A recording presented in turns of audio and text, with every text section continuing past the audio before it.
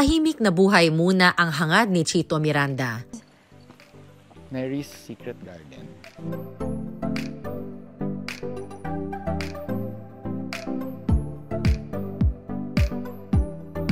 Pero sa pambihirang pagkakataon, nagkwento si Chito kung ano ang kanyang kayang gawin para sa asawang si Neri. I never left her side. Talagang, syempre there were parts there that I wasn't allowed to be there with her. I'd be outside lang. So basically, I left na tumira ako sa police station. Sino nga ba si Chito sa totoong buhay? Meet Chito Miranda, up close and personal. Come with me, put your hands together, ta-da, let's be happy. You will see tomorrow's brighter, ta-da, let's be happy. Pilipino tayo, kaya lumalaban tayong nakangiti. Nandito tayo ngayon sa, ang ganda, Mary's Secret Garden. Hey! Thank you, ha. Of course. Hello, tara, pasok.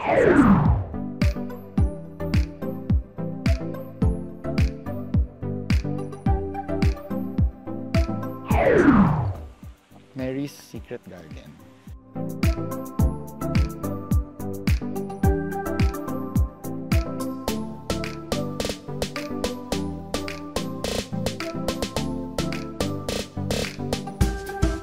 Dito kami renewal of vows for our 10th year wedding. Ito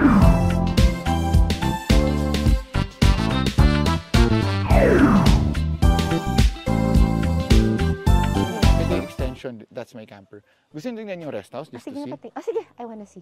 Kasi dati wall lang. Ito, hindi sa amin to, diba? We just bought it a year, 2 years ago, I guess.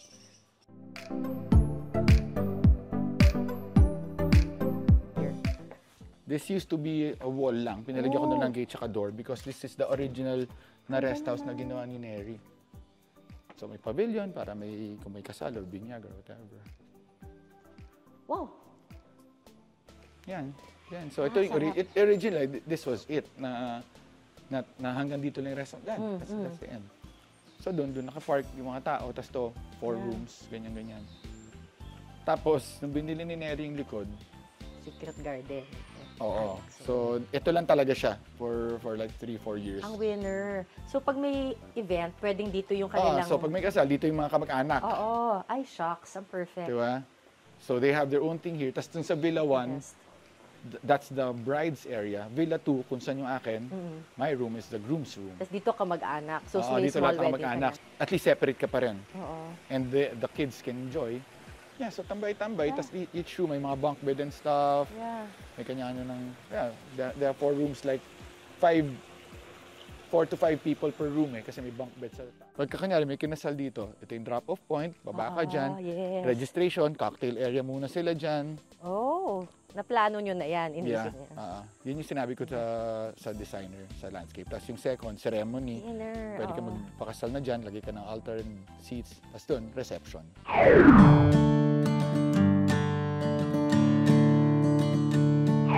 Okay, Ano magkakapatid? 4 kami na magkakapatid, ako yung bunso. Tapos, nasa music ba? Sabi mo si Papa may mga plaka. My mom and dad are really into music. Meron kami dedicated music room for soundproof na may record player. Choices ng songs nila from Michael Jackson to medyo sa Beatles. And syempre, noong time na yun, kung ano yung what they listen to. And I enjoyed everything, kung ano yung meron doon na plaka na. My sister is member ng Glee Club, so they're really into music. Kasi yung brother ko naman, guitarist, nagigitara din for parokya before. So lahat. And my dad nagda-drums din dad ko. Ng ano. Ano yun? Sikada yan. Mga parang sa probinsya Marigo yan, it's so normal. It's an insect? Oo. Oh! Insect yan. Ay, panalo! So, ang naririnig natin ay sikada. Makikinig na lang kayo sa sikada. Minsan nyo lang marinig. Yung mga nasa probinsya.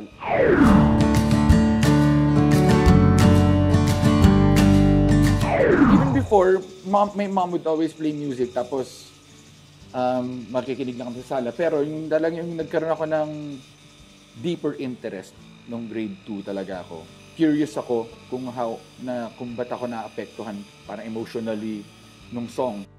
Ang galing rin na parang for a kid to observe yung how I'm reacting to music and then listening to it. And Kasi na-surprise ako nung may pinakinggan ako na song, yung pinaka-first song na naalala ko na ganun, it's a new wave song, Ghosting You by Psychedelic Furs. Tapos parang pag pinapakinggan ko, feel ko lumulutang ako na parang, ang sarap-sarap ng... Siyempre hindi ko pa alam yung terms nun. I was only I was 8 years old. Parang feeling ko ay, shucks. lumulutang yung spirit ko na parang ganda. Parang music therapy na pala yun, Oo, ano? so- You were discovering music therapy. Exactly. Pero wala siyang function for me, kumbaga wala siyang goal. It's like the goal is just to see how I enjoy it and how it makes me feel. Tapos Galing. bala na akong kumbaga sa scent, ni-explore ko yung scent regardless kung mabaho o mabango, I enjoy the experience.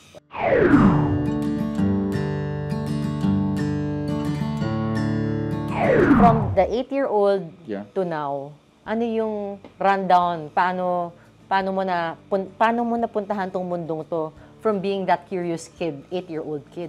Na I started to explore my own music at grade 2. Para ganyan. Kasi nung before that, nakikinig lang ako kung ano pinapakinggan ng mom ko, ng dad ko, ng sisters ko. Pero nung grade 2, I already knew what I really wanted na, gusto ko tong album na to, tapos gusto ko tong band na to. Pagdating ng high school, I wanted to write songs na hindi para magbanda. I just wanted to write songs na to see how it would make me feel.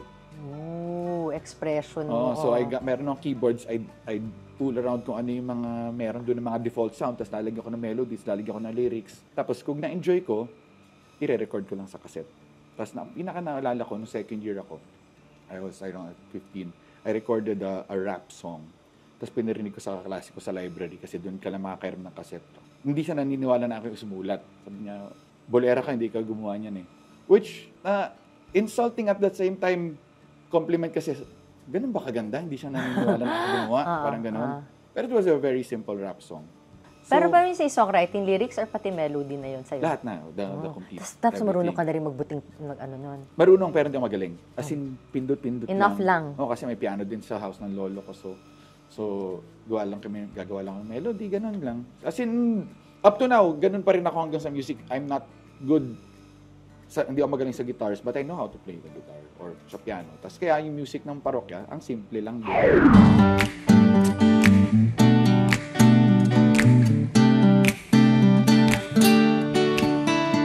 Ginano nyo ba yan? Or parang nangyari na lang na nag-jamming kayo, anong taon kayo nagsimula, paano naging parokya, tapos bigla na lang nandito kayo at nandito pa rin kayo?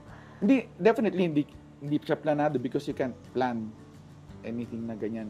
Kumbaga, we did audition for anything. We were asked to play sa high school lang for an intermission number sa isang speech contest. We played a totally different song. Nakakawang wallet ko, it's a spoof of Knocking on Heaven's Door. Tapos naka-costume kami ng mga sobrang pinaka-pangit na pwedeng costume. And pinipigil kami ng principal. Doon mas lalo nag-boom yung pagmamahal sa amin ng students. Ba't kayo pinigil? Kasi sanay ang Ateneo pagka nagkaroon ng variety show sa Christmas program. Top of the line artists talaga eh. Talagang something good for the parents.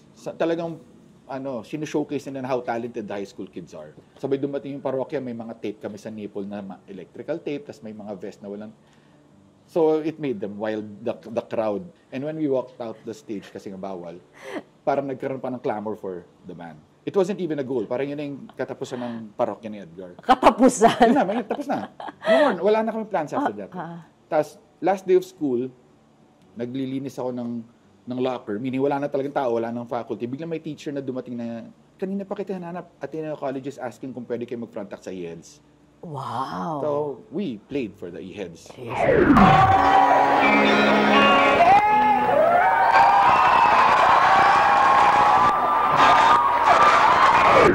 Heads na yun. Oo, na front act para representative ng Ateneo. So, para kami, talaga, then we played. Kasi hindi talaga kami marunong.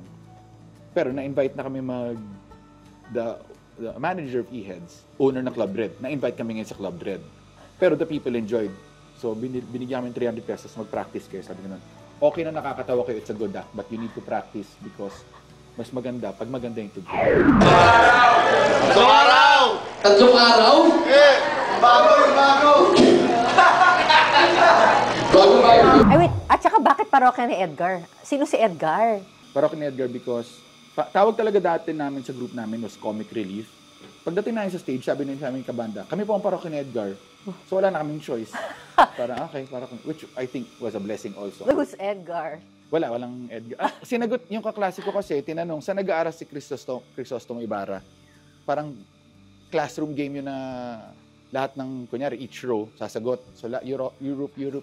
Pagdating sa dulo, yung kaklase ko ni Rhea sa parokya ni Edgar. So, tawan-tawa talaga kami. He got into trouble, pero nagdumikit sa amin yung parokya ni Edgar. So, when we went on stage, sabi na isa na yung kaklase, kami po ang parokya ni Edgar. So, nakakatawa na agad. Lumayo ka na sa akin, huwag mo kong kausapin. Anong first hit nyo? Yung na, di ba Na talaga mainstream hit, Oh. I think, Buloy. Alam ko lang, basta remember nasa taxi ako, tapos biglang narinig ko sa radyo, tapos sabi ko sa driver, kuya kami yan. Tapos parang di siya naniwala. Okay. Ayun. So I was so excited to actually hear our song sa radio. Yung mga kanta nyo, ano yung gusto mo? Meron bang I want you to feel this way? Or are you told how they feel whenever they listen I to your try my best kasi again, limited lang yung skills namin when it comes to music. Pero pag sabi ko, gusto ko ng masaya, gagawa ko ng masaya na song. Normally, nabubuo pag nakatambay kami. Tapos, as a songwriter, again, hindi ko sinasabi na magaling ako na songwriter, but I enjoy what I do.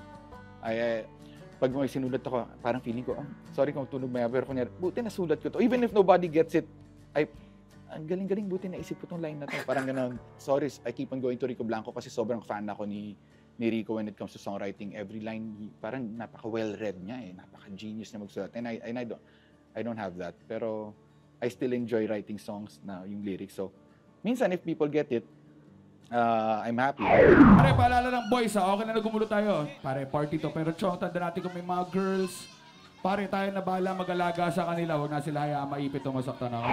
Of course, you're aware of it, no? Kung paano, how people respond to you, how women respond to you, how your fans respond to you. How is it? Anong feeling na doon ka sa stage? Happy ka ba? Para wag ka mabitin, please like and subscribe to our channel para makagawa pa tayo ng mga inspiring at nakakahaping mga content. And don't forget to click on that alert button. Now na! Maraming salamat! Be happy! The best way na describe ko yung the whole parokya thing is para kami yung bunch of magkakabarkada ng high school na hindi na outgrow yung summer break nila. Parang ganon. Talaga up to now, galing kami sa tour, may mga dala kaming toy cars where we were so excited to hang out sa beach and just play. So pagdating sa stage, we're just having fun. Ganun lang siya ka-basic. We don't try to put up a show. We just want to just enjoy and have fun.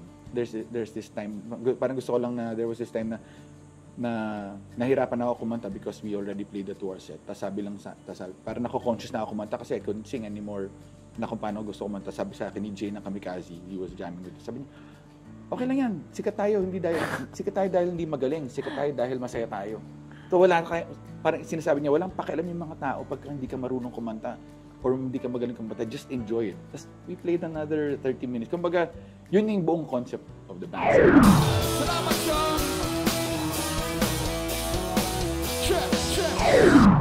So, pupuntahan natin yung sex, drugs, and girls. Okay. Obviously, we had our share of that. Kasi nga we started at the age of 17, tapos fresh out of high school, pagdating ng college. Tapos, we started earning, wala kaming families. Tapos, the whole culture ng lahat nandyan. Sabi ko nga, nandyan yung daming pera, daming mga girls, tapos the drugs are just there. Pero, a good thing about us also, was we were disciplined. We knew the drugs that we shouldn't touch. Parang ganon. And Disiplina pala doon. Disiplina pa rin. Pwede pala yun? Kasi alam ko, I've seen so many friends na, ay, hinawakan niya tong drugs na to, hindi na siya nakabalik. So, I'd never do that. Na alam namin na hanggang dito lang tayo. Kasi kasiraan na ng buhay if you go past that. Parang ganon. So, we kept each other in check. Parang ganon. Pwede pala yun? Yeah, Kaya pala yun? Okay lang ako mag-rock and roll, pero ayoko masira yung buhay ko. Parang ganun. Same thing with money. Instead of wasting money and buying impressive cars or a large house, simple car, simple house. Parang may discipline pa rin. Pero hindi ko pwede magmalinis na I didn't go through the rock and roll stage sa buhay. Kasi nga, I was young, I had money, wala akong family. Pero, the good thing also there is, since na-experience ko siya na maaga, after some time, hindi man sobrang bilis, the novelty of it, everything, parang bilis kong na burnout sa side na yon. Parang gano'n na parang umabot sa point na kini-question mo na yun, lalabas na naman tayo, iinom na naman tayo. Yun ang ginagawa natin araw-araw eh. So, naging boring na yung part na yun ng pagbabanda. Yun na yung... Ilan taong kayo no? Nung parang, sige, wind down na, tired na tayo. Siguro after mga 4 or 5 albums. Okay na tayo. Oo. Nakakatawa naman kung if we still had that same tenacity to party and rock and roll, di ba? Na pag simple, kunyari, parang a simple way to put it, after playing, sa drive home, nakapatay yung radyo, tahimik lang. Oh. Parang ganun. And you just relax lang yung drive. So same thing, after the rock and roll na yung stage eh. So gusto mo ba pagbaba, pagdating mo sa dressing room, pagdating mo sa hotel room, yung maingay pa rin at panialap, that's the last thing that you want after partying on stage. Now he's back. Sige pa natin. Salamat. Nung nakilala mo si Neri, was it past na your rock and roll stage or nandun ka pa sa rock and roll stage? I had a relapse of rock and roll kasi again, I grew tired of it after 4 or 5 albums. I had a year na talaga todo rock and roll again. Talagang every night labas, todo party, walang tulugan, diretso gigs after gig party. Pero again, it was a year and I grew tired of it. Nothing against people who hang out in bars. Bar owner din ako, so we appreciate. Pero it's not the lifestyle that I wanted na for myself. Na I remember, nag-away kami ni Neri. Kasi she didn't want to stop me naman sa lifestyle na yon nung time na naabutan niya ulit. So niya, go ahead, pero this is not the life. It's not something that I want for me. Yeah. So maganda maghiwalay na tayo while we're still okay. So I go, okay, sige, I'll go out and hang out with a few girls na friends ko din. While I was there sa bar, nandun lang ako, hindi ako nag-enjoy. Tapos sabi ng friend ko na girl, uwi ka na. Sabi ganun. I know you're not happy. Uwi ako agad. Tapos doon na ako sabi ko kay Neri na, ayoko na nun. Gusto ko dito lang tayo.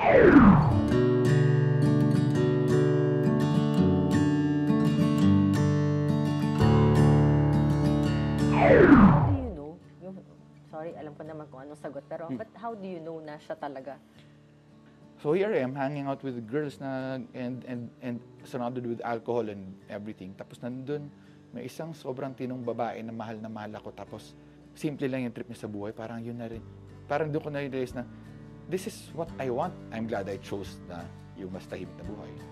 And then I knew na, basta alam ko talaga na hindi ko napapak. Ang tanga mo pa kung pakawalan mo to. Parang gano'n. Oh!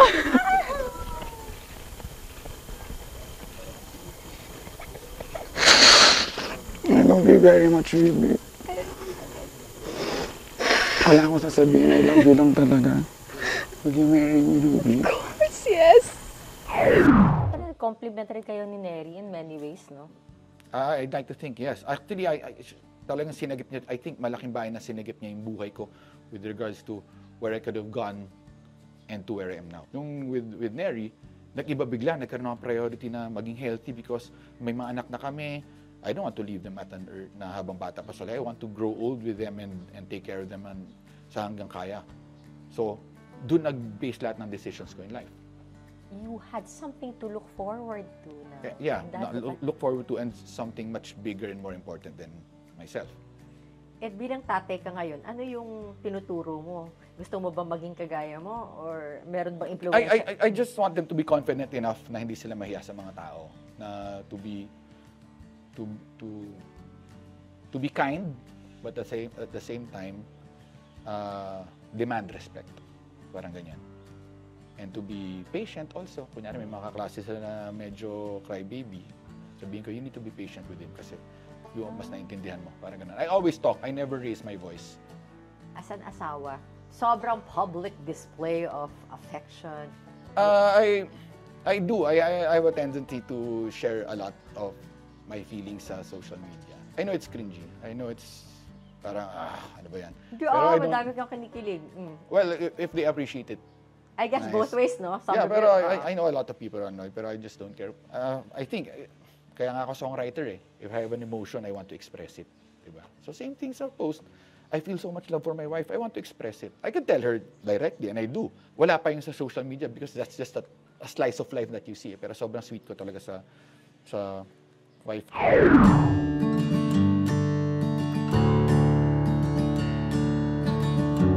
How were you then during that most trying time? I think it is the most trying time sa inyong mag-asawa. Yeah, very. Up to now, Neri's still healing from it.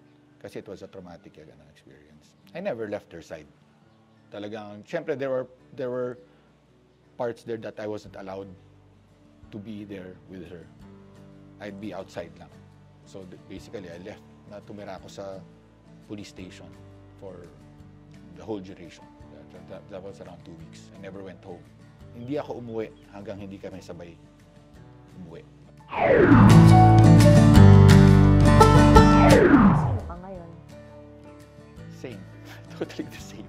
Wala. I'm still a kid. Kung if everybody who knows me, totally the same. Walang pinagbago. Siguro mas responsible lang when it comes to letting the bad things into our lives like alcohol and unhealthy food. Mas ingat lang kami when it comes to that. Pero it's also a game for us. Parang ganun. Try natin to. Tas sarap. Ang galing natin. We were able to eat healthy. Pero parang exploring ganyan. pa rin talaga yun. Enjoy pa rin yun. So we take it as a game. So we still enjoy na, try natin tumambay na walang alak. And we'll see what happens. Saya Parang naman ganun. ito. So it becomes fun for us. Kung meron kang maituturo sa kanila, in general, about life. Na maging kind, na maging mabait lang even if the world is not kind. Just be kind. Kasi kahit mukhang we're so exposed sa social media na kala mo sa mga tao, when you go to sa real world, the world is still beautiful. Yun yung gusto ko pakita. Tapos, isa din is just to have faith na kung ano man mangyari, kung ano man yung nangyayari, kung ano man yung pinagdadaanan mo, everything happens for a reason. It's a blessing in disguise. Kahit hindi mo maintindihan. And you don't even need to understand what happens. Just have faith na okay lang din mo intindihan kasi si God naintindihan. Alam ni God yan. Parang ganun. So, mas madali yung approach sa life. And that's the other side of Chito Miranda. Be happy! Tomorrow's brighter.